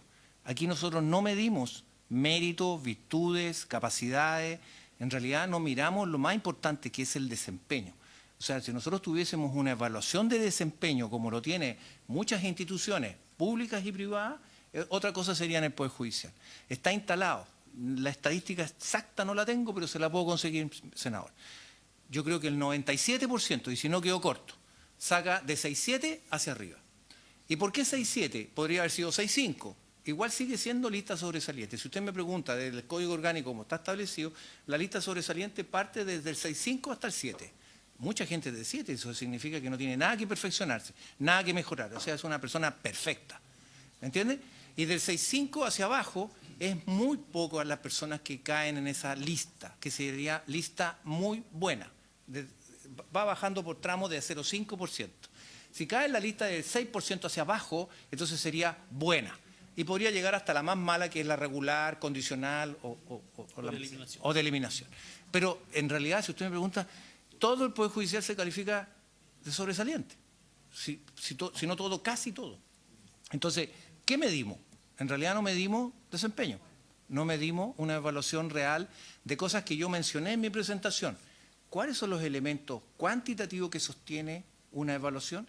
Su cumplimiento de metas, de objetivos, de logros, y lo cualitativo, cómo fue su trato humanitario, cómo fue su desempeño laboral, cómo fue, no sé, si ha tenido, ¿no es cierto?, problemas de denuncia. Pues nadie se atreve a denunciar tampoco, pues ese es otro tema, digamos. Pero si me pregunta, entonces, señor, al tiro del señor. Entonces, nosotros tenemos una endogamia respecto a las calificaciones, porque además nadie quiere ser medido externamente, digamos. También me pregunta. Claro, nadie quiere ser medido externamente. ¿Qué indicadores externos podríamos tener de medición? Claro, el Código Orgánico creo que establecía la posibilidad de preguntarle a la gente qué opina de la nota de un juez, pero yo creo que escasamente le han preguntado alguna vez si a la ciudadanía o un ciudadano quisiera opinar sobre la nota de un juez. Eso está establecido, pero no lo hace. ¿Me entiende? Entonces, nosotros creo que deberíamos de tener ese escrutinio. Y eso es muy importante posteriormente para un proceso de selección. Si nosotros sinceramos las calificaciones o las evaluaciones, si usted no quiere calificaciones, pero entonces ese es el modelo que usted debería tener, porque ahí va a incorporar elementos reales. Entonces, sinceramente creo que además, y este es un gran defecto del sistema calificatorio del Poder Judicial, es usado como régimen disciplinario, más encima. Y eso lo hemos padecido, que hemos gestionado la administración, porque nosotros tenemos, senador, un dilema dentro del Poder Judicial. Tenemos comité de jueces y jueces en primera instancia que están por sobre las administraciones. Al administrador o el jefe de unidad, los profesionales de esa unidad laboral, si van en contra de lo dispuesto por un comité de jueces, ¿qué cree que le va a decir el comité de jueces? Yo te voy a tratar de calificar lo más mal posible, porque no me hiciste caso, porque no hiciste lo que yo quería que tú hicieras, que me generaras menos, que hicieras cosas. Sacar esa calificación fue un logro en el año 2008. Ahora califica el presidente de la Corte de Apelaciones a estos profesionales, pero no diluye el dilema. El dilema es a quién tengo que administrar, quién finalmente influye en mi evaluación, en mi calificación, en mi promoción, en un montón de otras cosas. Entonces, eso hay que corregirlo. Entonces, por eso hay que separar esto. No es solo la Corte Suprema. Yo diría que todo otro Poder Judicial hay que separar los jurisdiccionales y administrativos. Mire, yo me acerco mucho más al modelo que tiene Estados Unidos respecto a la administración. Una administración separada de la judicatura, totalmente separada. Con eso usted logra entonces poner indicadores de gestión reales a los jueces. Horario, cumplimiento, accountability. Entonces, y eso se puede reflejar después en una calificación o una evaluación sobre su desempeño para su carrera profesional. ¿Me entiende? Otra cosa sería el régimen disciplinario, pero usar las calificaciones como régimen disciplinario nunca ha sido buena idea. Senadora Pascual, ¿o quería decir algo? No, lo contestaba. Les pido porfa que vayan redondeando porque Ya. tenemos otro tema que tratar en la Perfecto, comisión. disculpe. Muy mérito. Entonces, respecto a la señora Pascual, muy rápido, respecto de el proceso calificatorio de la Academia Judicial, bueno, ya me refería a esto, pero creo yo que hay que buscar la experiencia. El proceso de selección no puede basarse en calificaciones solamente, hay que buscar perfiles de cargo, mérito, antigüedad, desempeño. Pero acá la paradoja está, si acaso el pasado condiciona el futuro. Yo, sinceramente, presidente, disculpe, voy a referir rápidamente, yo creo que el pasado no condiciona necesariamente el desempeño futuro. Uno tiene que, además, someter las personas a una evaluación presente respecto de las cosas que se le va a pedir hacia futuro. Mire, en experiencias laborales de otros índoles, uno a veces quiere sacar al mejor de un área porque cree que como es el mejor de un área, lo va a llevar a otra área superior y lo va a desempeñar bien. Y no es así. A veces es peor. Resulta que no se adecúa, no es la persona indicada, pero todo lo indicaba que iba a ser. Para eso entonces uno tiene que tener muchos más indicadores cualitativos y indicadores de gestión, efectivamente, que puedan decir que esa persona va a tener un desempeño sobre esa otra área a la que se le quiere promover. Gracias, señor presidente. Disculpe. Y finalmente, no sé si el señor Narbona va a agregar algo. Solo mencionar que estos procesos, dado que la corporación en este sentido es un ente administrativo, dispone de todos los elementos para poder hacer este proceso en forma tecnológica. O sea, ingresamos en el año 2000, donde estas calificaciones se hacían a mano y el formulario no salía de la Corte, quedaba ahí en términos. Pero hoy día es todo un proceso tecnológico por cuanto la información requerida sí se encuentra disponible. mencionar que quizás también esto tendría que provocar un cambio legislativo en el sentido de que los procesos de calificación del Poder Judicial están determinados en el Código Orgánico de una manera muy estructurada. Entonces, cualquier cambio o una mirada distinta de aquello tendría que necesariamente tener una observación sobre el Código Orgánico de Tribunales que así lo dispone. La gente se podría sentir lesionada. Y finalmente, los calificadores que realmente acogen esta medida de una forma más profesional, como lo señalaba Patricio, a veces incluso esos funcionarios se sienten perjudicados en relación a otros que tienen un promedio 7 permanente. O sea, un buen calificador eventualmente podría dejar a su funcionario en un sentido, lo podría retrasar en relación a otros que podrían ser más malos, pero están siempre calificados en nota 7, digamos. Situación que en este caso es una observación, porque yo no soy quien para decir si está bien o está mal, si califican con un 7 o no. Pero sí sucede, digamos, los que califican bien tienden a que sus funcionarios se resientan porque no están en la media. Y eso es algo visible, digamos, en la totalidad. Gracias. Muy brevemente, primero agradecerles las exposiciones. Creo que yo ejercí muchos años y viví la transformación de los tribunales y evidentemente la labor que hacen separando la administración de lo que es la parte jurisdiccional es muy importante, es muy necesaria. Se mencionó por las asociaciones la pandemia. Yo creo que eso fue tal vez uno no lo dimensiona, pero si no hubiera funcionado, sí nos habríamos dado cuenta. Ustedes pudieron echar a andar todo un sistema en que todos nos tuvimos que incorporar, me acuerdo uno no sabía conectarse, en fin, era todo un tema, quedaba en espera, en fin. Creo que fue un tremendo paso a eso y felicitar ese trabajo y también lo que es la parte, digamos, lo que nos han expuesto, porque creo que es bien importante entender cómo funcionan los tribunales para efectos de los cambios que se están proponiendo acá. Mi pregunta va al director de la Academia Judicial, porque mencionó en alguna parte, don Juan Enrique, que la formación ética. Entonces, yo creo que hemos evidenciado problemas profundos acerca de las normas de transparencia, de probidad, pero también a veces, quiero valorar la labor de los jueces y juezas a lo largo de nuestro país, porque los casos que se conocen muchas veces son casos anecdóticos. Me acuerdo de una jueza que estaba con el perrito en el estrado, por ejemplo. Bueno, son cosas que trascienden porque son a veces un poquito poco apegadas al criterio, pero evidentemente los jueces de nuestro país y juezas desempeñan una labor bien importante. Pero tengo el tema de la formación ética. ¿Cómo se trata? ¿Se trata como un ramo más? ¿Tiene algún grado de profundidad, de permanencia? ¿Es algo que se capacita a todos los funcionarios? No solamente en la legislación, sino también en lo que significa ser juez. El juez en la mayor parte de las ciudades y sobre todo en las más pequeñas es una autoridad. Desde cómo andan vestidos, cómo comportarse, o sea, va más allá de la norma legal. Entonces, porque a veces, y con esto de que los jueces son tan jóvenes, porque de verdad que uno cuando va a los tribunales se sorprende de los jóvenes que son los jueces. Entonces, no sé si se aborda eso con profundidad, si ustedes tienen visto algún cambio en esto, atendido todos los hechos. Y lo otro que le quería preguntar, ¿cuántas mujeres se forman? ¿Cuál es la proporción de género, digamos? Gracias, presidente. Juan Enrique. Señor presidente, muy breve. La formación ética es sin duda clave, lo tenemos incorporado en el perfil y también es un curso en el proceso de formación y son cursos en el programa de perfeccionamiento de educación continua.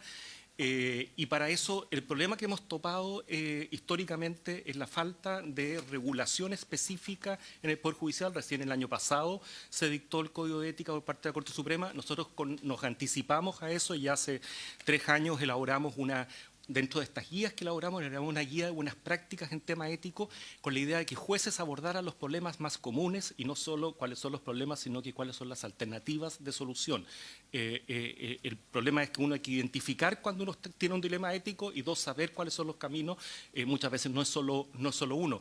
Y aborda, por ejemplo, temas, hay un capítulo sobre nombramientos. qué tengo que hacer yo cuando quiero que me nombren y qué tengo que hacer yo cuando tengo que nombrar, qué puedo hacer y qué no puedo hacer o no debo hacer. Es bien específico, con recomendaciones bien, y sobre uso de inteligencia artificial, o sea, muchos temas así.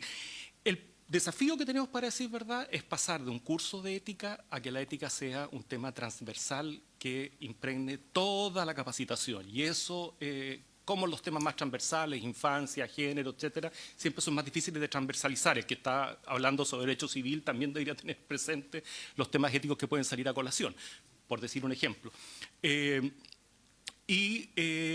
Con respecto al tema género que usted me preguntaba, oscila. En general, nosotros tenemos más o menos equilibrado en formación la cantidad de mujeres que seleccionamos y la de hombres. Si uno ve el escalafón primario, eso sí, a nivel del inicio son más mujeres que hombres, pero en los últimos programas por lo menos siempre nos movemos muy 50-50, y si es un poquitito más, son más bien mujeres que hombres. Y también, y es uno de los cambios de los últimos años, de esos seleccionados, la mitad es gente que viene del Poder Judicial, que son empleados o administrativos, abogados, y la otra mitad es gente que viene de afuera, más o menos. Puede oscilar, no es que haya una regla fija, pero más o menos eso. Y lo otro 50-50 que funciona así es Santiago versus regiones. Muy breve, porque tenemos otro... Sí, muy breve. Solamente comentarle, senadora, que por intermedio del presidente pedí la palabra porque el tema de la pandemia no fue un tema menor. Fíjese que el Poder Judicial viene desarrollando una tecnolificación, digamos, ¿no es cierto?, del sistema desde que se crearon las reformas.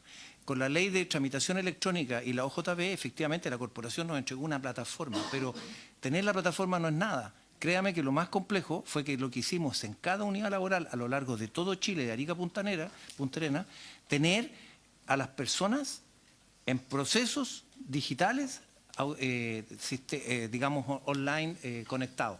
Entonces, eso fue mérito de las gestiones de los tribunales, apoyado por la corporación. Nada en duda que eso no habría sido posible, pero, por ejemplo, eso se llama gestión entre la contingencia, y por lo tanto, por eso yo quiero relevar el trabajo que hicimos a lo largo de todo Chile, las gestiones profesionales en las cortes y en los tribunales, donde pudimos incorporar a las personas a un modelo de trabajo, e incluso al usuario, que tuvimos que educarlo, de cómo íbamos a abordar el trabajo en forma remota. Y eso con la corporación, con la Corte Suprema, pero la implementación, todo eso se desarrolló con la gestión de los profesionales. Gracias, presidente. Bueno, agradecemos la participación de nuestro invitado y suspendemos 2 minutos para que se puedan retirar y pasar al otro punto.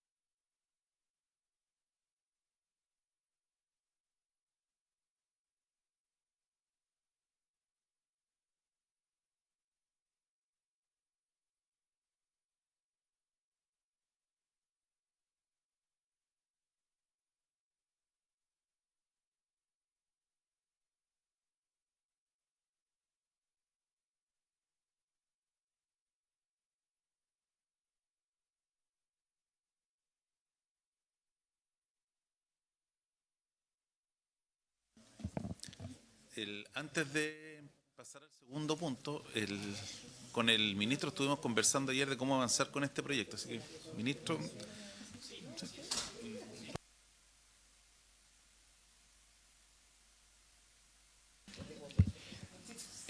Muchas gracias, señor presidente. Y efectivamente, en relación con las indicaciones que hay sobre el tema de la reforma constitucional en materia de nombramiento, lo que el Ejecutivo quería proponerles es si podemos hacer una reunión con los asesores de cada uno de los señores miembros de la comisión para poder avanzar en esas indicaciones, ver en cuáles estamos de acuerdo y poder de esa manera, ¿no es cierto?, presentarle a la comisión un texto ya unificado y poder avanzar en eso.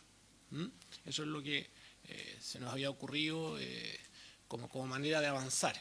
Algo similar a la idea que rondaba con el Código Procesal Civil, pero a enfocarlo, ¿no es cierto?, a estas indicaciones. ¿Habría acuerdo en ese sentido? Sí. Y la idea es que sea un plazo breve, porque yo creo que están relativamente contestes las posiciones y esto lo convocaría el Ministerio. Efectivamente. Ya, entonces, cerrado ese punto, señor secretario. Gracias, señor presidente. Corresponde iniciar el estudio de una moción presentada por el honorable senador señor Pedro Araya, que propone un proyecto de ley que interprete el artículo primero transitorio de la Ley 21.772.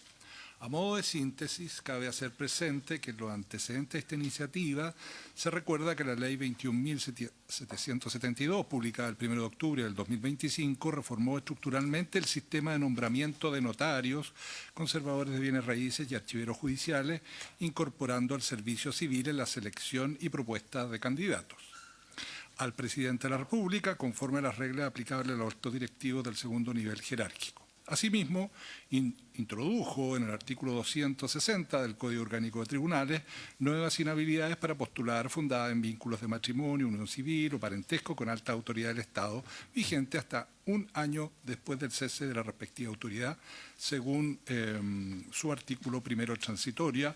La reforma, que ya he mencionado, entró en vigor el 2 de abril de 2026.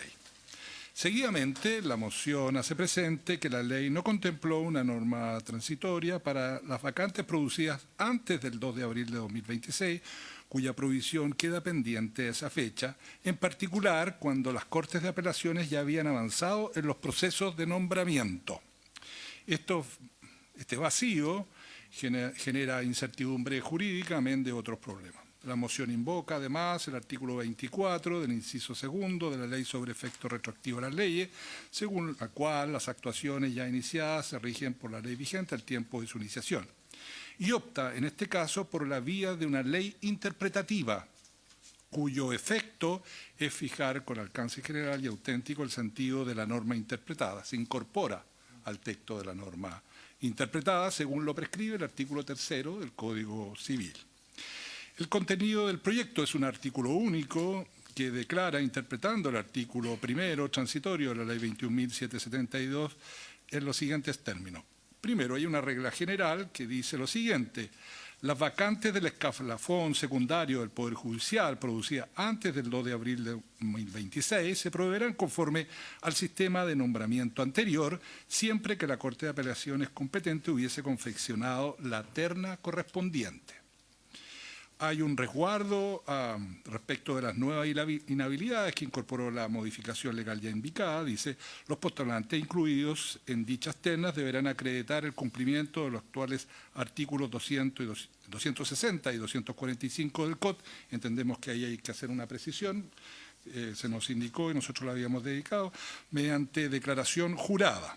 Hay un procedimiento, la Corte de Apelaciones requerirá la declaración jurada dentro del plazo fatal de 15 días, hábiles desde la publicación de la ley, y la remitirá al Ministerio de Justicia a la brevedad una vez recibida. Si no se hubiere confeccionado la terna, la vacante se proveerá conforme al nuevo sistema que está contenido en el artículo 287 del Código Orgánico de Tribunales. La Secretaría ha preparado un texto comparado que contiene la normativa vigente y el texto del proyecto. Dado que se trata de un artículo único que se refiere a una sola materia, esta iniciativa se puede discutir en general y en particular a la vez, en virtud de lo que dispone el inciso primero del artículo 127 del Reglamento del Senado. Es decir, en otras palabras, se vota la idea de legislar y acto seguido ustedes pueden discutirlo en particular y introducirle enmiendas como ya la que había, por ejemplo, detectado la Secretaría, y en el mismo término debiera proceder la Sala del Senado a propuesta de esta comisión. Es cuanto puedo informar la Secretaría, presidente. Gracias, señor secretario. Ministro, le ofrezco la palabra. Sí, muchas gracias, señor presidente. En aras del tiempo, porque entiendo que la sesión, ¿no es cierto?, termina a las 13 horas, creo que la exposición del señor secretario ha sido muy completa. Efectivamente, se produjo un problema de vigencia de la ley, puesto que, de acuerdo con el artículo primero transitorio, las ternas para designar a integrantes del escalafón secundario se estaban elaborando desde la entrada en vigencia hacia adelante, pero no ocurrió lo mismo con las ternas que había que confeccionar con anterioridad. Y por lo tanto, nos parece correcta la moción del senador señor Araya, en orden a que a través de una ley interpretativa se produzca el efecto que indica el artículo 9, inciso segundo del Código Civil, puesto que ésta se entenderá incorporada en la ley interpretada, ¿no es cierto?, de manera tal de que las ternas deberán confeccionarse. Yo creo que lo más relevante, si bien, ¿no es cierto?, saca la confección de la terna de las Cortes de Apelación y las lleva al Servicio Civil, yo quiero relevar lo importante de que las inhabilidades que establece la ley actualmente vigente se puedan también aplicar, ¿no es cierto?, a todas las ternas. En este minuto no recuerdo cuál era el número de ternas en que estaba un yerno de un ex ministro de la Corte Suprema, pero era un número muy, muy importante, y eso creo que es lo que hay que evitar con esta moción del senador Araya. En la presentación que ustedes tienen en su poder del Ministerio de Justicia, los quiero invitar a revisar en el punto segundo la opinión de la Corte Suprema. Este fue un tema que nosotros conversamos en el Pleno de la Corte Suprema, conversamos también en otros plenos y lo recogieron el Pleno de la Corte de Santiago y también el Pleno de la Corte de Valparaíso, pleno muy relevante, ¿no es cierto?, este último. Pero el punto está en el punto segundo, señora senadora, no está numerada las páginas, pero dice 2, opinión de la Corte Suprema. Y en eso quiero relevar la importancia de lo que señala la Corte Suprema, porque precisamente está también recogiendo lo que nos parece era el espíritu de la reforma, y que también recoge muy bien la moción del senador señor Araya, en orden a que las ternas confeccionadas o que debían confeccionarse antes de la entrada en vigencia de la ley, deben también respetar los principios que contempla la nueva normativa. Así que también los invito con ese autoacordado, teniendo a la vista ese autoacordado, ¿no es cierto?, poder avanzar en la aprobación de este proyecto de artículo único. Gracias, señor presidente. Gracias, ministro. Simplemente agregar a la explicación que da el ministro que este proyecto lo que busca es hacerse cargo de un problema práctico que se suscitó con la entrada en vigencia de la ley. En la práctica quedó un número aproximado de 30 ternas, creo que fueron, que están en poder del Ministerio de Justicia y que no han sido resueltas. Que Para no interrumpir, son 55. 55 ternas que ya están confeccionadas. Entonces, este proyecto lo que busca es aclarar que esas 55 ternas las resuelve el ministro de Justicia, con una sola salvedad, que los postulantes que están en esa terna tienen que suscribir una declaración que no tienen las inhabilidades. Y 2, hacerse cargo de una cantidad importante de ternas que a la fecha de entrada en vigencia de la ley no habían sido confeccionadas por las Cortes, que esa la resuelve el Servicio Civil. Pues claro, porque en el fondo había una discusión, el Servicio Civil decía, nosotros recibimos solo aquellas vacantes que se produjeron desde el día 2 hacia adelante, no las que están hacia atrás. Y la Corte entiende que ya entrando en vigencia de la ley, ellos no tienen facultades para hacer las ternas. Entonces era resolver el nombramiento, claro. El señor...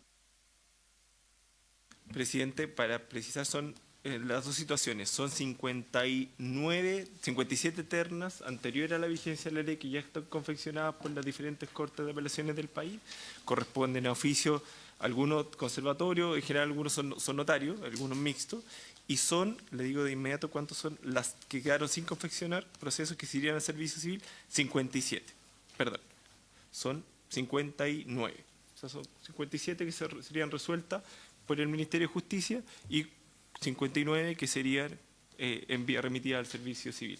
Presidente, el Ministerio estima que efectivamente el objetivo de la nueva legislación se salva con la declaración para evitar las inhabilidades que tengan.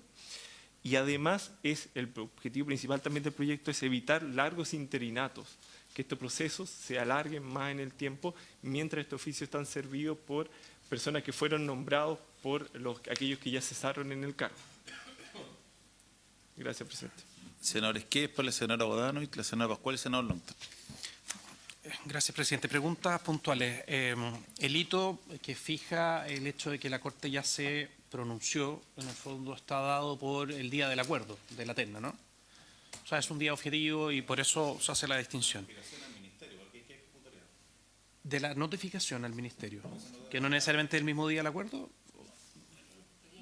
Ya, está bien, pero en el fondo es un momento claro. El 2 de abril entiendo que es la publicación de la ley y ahí en el fondo uno tiene que entrar a ver qué es lo que ya había resuelto. Solo para efecto de las precisiones, el 2 de abril es la entrada en vigencia de la ley, Entrada en pero ella vigencia. se publicó 6 meses antes. Ah, perfecto. Muy bien. Y lo segundo, bajo el nuevo régimen, ¿cómo se, no sanciona, pero cómo se establecen las inhabilidades? Es decir, ¿también es con una declaración jurada o sí? O sea, sería el mismo procedimiento. Y en el caso, digamos, de que si bien, digamos, existiera la declaración jurada y hubiera, digamos, algún vínculo, alguna inhabilidad, eso cae, digamos, en una causal de cesación en el cargo. Entonces, perfecto. No, entonces queda todo cubierto. Gracias. Gracias, presidente. Lo que entiendo es que aquí se produce finalmente un periodo que queda como en tierra de nadie y que finalmente estamos en una imposibilidad de cursar esos nombramientos, porque ya la Corte se produjo el deshacimiento en el fondo, entregó las ternas, el Ministerio no las puede nombrar porque entró en vigencia la nueva ley que haría necesario que intervenga el Servicio Civil. Entonces, mi pregunta es, ¿qué pasa? Hay una terna que está en poder del señor ministro y hay alguien que tiene las inhabilidades, porque usted, no sé, hay una terna que puede, a lo mejor, o sea, ¿qué va a pasar ahí? Si en la terna, bueno, no creo que justo en una terna haya 3 que tengan inhabilidades, pero podría ser también. ¿Qué pasa en ese caso para que también lo dejemos resuelto?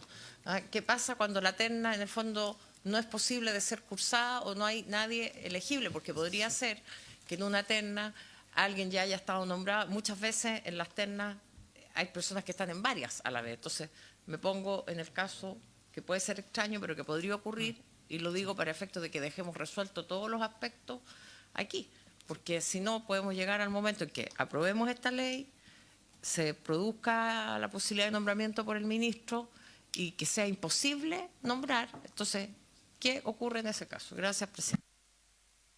Sí, gracias, presidente. Yo también tenía preguntas en este sentido. Bueno, está primero con respecto al número de vacantes, se han resuelto, digamos, por la vía de la cantidad de ternas que se han planteado acá, pero a mí sí me gustaría saber, por su intermedio, presidente, al ministro o al director jurídico del Ministerio de Justicia, si esas ternas, en particular las 59 ternas sin confeccionar, queda claro que se resuelve servicio civil, pero las 57 ya confeccionadas. Y si pusieron de ejemplo que ya hay un ejemplo de inhabilidad, ¿cuántos más inhabilitados hay? ¿Por qué no pedir mejor de inmediato que esas ternas se confeccionen de nuevo? Aunque las resuelva el Ministerio de Justicia, no sé si me explico, pero que se confeccionen de nuevo cursando los requisitos de la ley presente, por un lado. Y en segundo lugar, solo quiero recordar algo. Cuando se discutió esta reforma, yo quiero recordar, y me corrige, digamos, la Secretaría, que también estuvo bien cuestionado, porque aquí incluso se argumentaron que por qué se apuraba más o se apuraba menos, que por qué la cantidad de vacancia de la propia entrada en vigencia de la ley, etcétera, porque incluso aquí se dijo, porque notarios son también parte de los trícer locales. Entonces, lo digo porque ¿quiénes vamos, o sea, cómo se va, o sea, esto también tiene implicancias no solo en las notarías, tiene implicancias también después en otros ámbitos relevantes. Entonces, por eso es que me preocupa que las 57 ternas confeccionadas, que yo pregunto por qué no se adecuaron al espíritu de la ley ya sabiendo que está promulgada, independiente que estuviera vigente o no, digamos, Si tiene inhabilidades, yo sé que es el mismo requisito de la declaración jurada, pero efectivamente pareciera un poquito débil y no mejor decir, mire, ¿sabe qué? Confeccionémoslas de nuevo o revisemos si es que hay alguna que confeccionar de nuevo. No sé si me explico, para entrar más limpiamente, digamos, en el terreno. Y, por cierto, eso incluso podría evitar lo que estaba planteando la propia senadora Bodanich en materia de tener que estar haciendo 3, 4, 5 transitorios para decir, mire, si pasó esto, si pillamos la inhabilidad, vamos a... Entonces, mejor, ¿por qué no ir de inmediato, digamos, a una confección más asegurada, digamos, de que se cumplan con esos requisitos? Eso. Gracias, presidente. Sí, un par de preguntas. Esta no sería una regla nueva, ¿no es cierto? Porque si si es una regla que ya está vigente completamente y se traspasa a este proyecto, sería una ley interpretativa. Eso es importante porque si crea un efecto normativo distinto, podría cuestionarse eventualmente. Entonces, para que eso quede no solamente en la historia de la ley, sino que también pueda ser revisado por la Secretaría. Lo otro es respecto a la distinción entre terna y nombramiento. Entiendo que no hay ningún nombramiento, por lo tanto, porque si hubiera nombramiento podrían haber derecho adquirido y podríamos tener un problema. Entonces, todas las ternas que no han habido nombramiento se sujetan al procedimiento de la ley dictada. Eso entiendo, ¿no es cierto? Para que quede claro que es el pronunciamiento de la Corte Suprema, que va en esa línea, porque me queda claro que la opinión de la Corte Suprema es clara, o sea es bastante nítida, porque se constituye meras expectativas, por lo tanto yo creo que ahí resuelve cualquier problema. Y lo último, respecto a la declaración jurada es verificada después por quién respecto al contenido de la misma. Yo entiendo que no puede ser, obviamente eso implica, dijo el senador Araya, consecuencias eventualmente penales, pero tiene un método de verificación respecto a esa declaración jurada. Eso era parte de las preguntas a propósito de porque le pedí el Código Orgánico de Tribunales y tiene una norma explícita también respecto a las inhabilidades. Eso, presidente, gracias. Sí, respecto de las preguntas, yo efectivamente concuerdo que estamos frente a una ley interpretativa precisamente para los efectos del artículo 9, inciso 2, del Código Civil, y en cualquier evento creo que la declaración que hace la Corte Suprema es que, entre tanto no esté cerrado el nombramiento, no se genera un derecho adquirido sino una mera expectativa, y por lo tanto desde ese punto de vista me parece que no hay un problema de constitucionalidad. En cuanto a lo segundo, quien revisa las declaraciones son las Cortes, las harían en esta norma, ¿no es cierto?, de carácter transitorio para revisar que no exista alguna de las inhabilidades, y en el régimen actual nosotros revisamos, ¿no es cierto?, que no existan esas inhabilidades. En cuanto a lo que señalan las senadoras Bodanovich y Pascual, creo que más que elaborar nuevamente las ternas, creo que sería más acotado y en razón estamos señalando de una verdadera norma interpretativa, sería mejor, ¿no es cierto?, que se revisaran las declaraciones juradas de inhabilidad y en su caso proceder a confeccionar nuevas ternas. Perdón, no a confeccionar nuevas ternas, sino a complementar la terna con el cupo que faltare.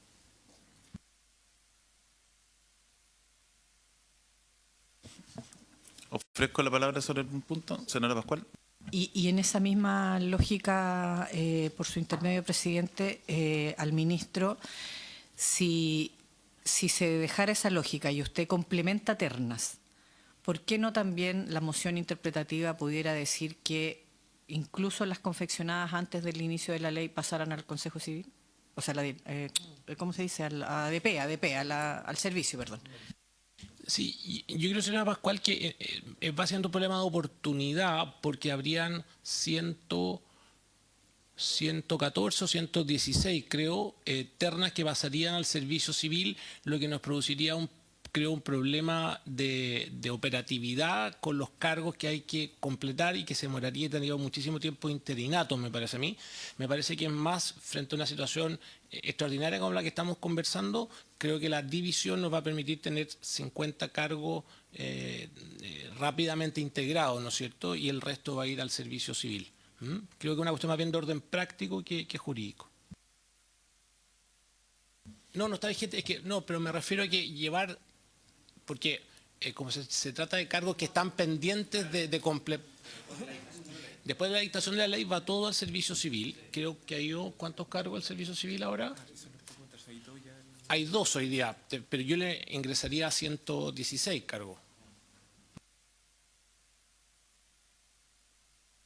No, yo también lo veo por el lado de en el fondo, no afectar ni la resolución que tomaron, digamos, en la respectiva corte, ni alguien que reclame, digamos, que ya había sido seleccionado, al menos para estar en una terna, y lo reemplazaron, digamos.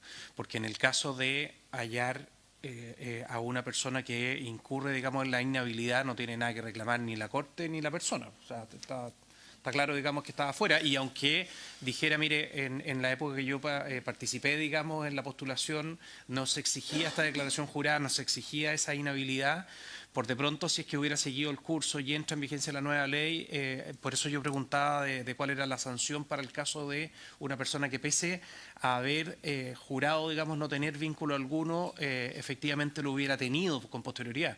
Entonces ahí me da la impresión de que no habría nada que reclamar. Entonces no se viciaría el proceso.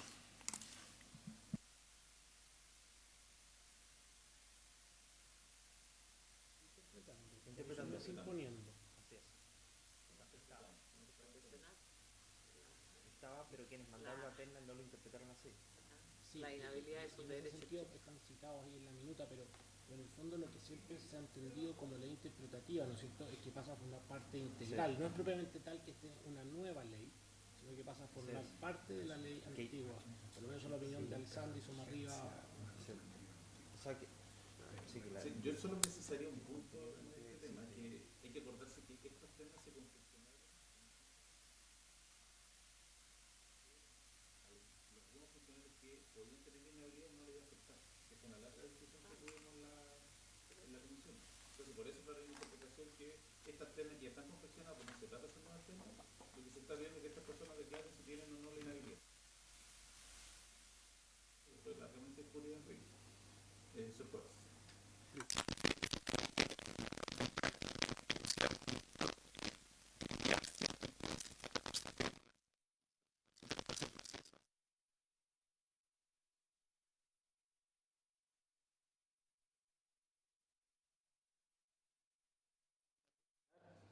Precisamente ese mecanismo, atrofiar ese mecanismo y alargar aquello que eran los interinatos que tan cuestionados estaban porque la persona que cesó en su cargo dejó nombrado al interino, que fue uno de los objetivos.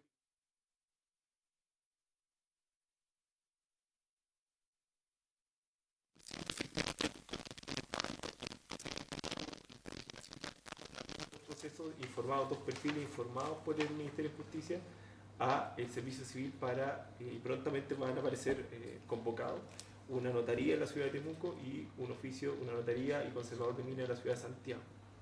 Van a ser los primeros procesos donde se va a pilotar el nuevo sistema de nombramiento.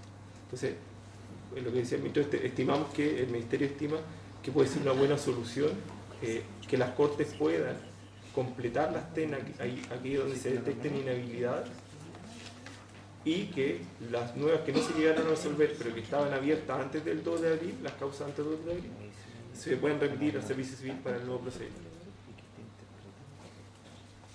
Si no hay más palabras pedidas, pediría que podamos votar en general y en particular el...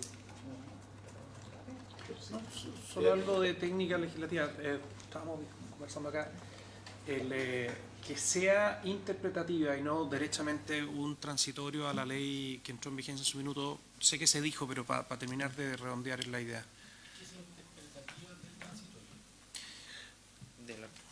Claro, pero ¿por qué no modificar derechamente, digamos, el transitorio? ¿Cuál es la diferencia? Porque ahí estaría infringiendo el artículo 9, inciso primero del Código Civil. Estaría yendo atrás, claro. Claro, la ley puede solo disponer para los futuros, ya, es para resolver esa parte. Sin embargo, la ley es que se limite a interpretar el sentido del alcance de otra ley, se entenderán incorporadas en esta.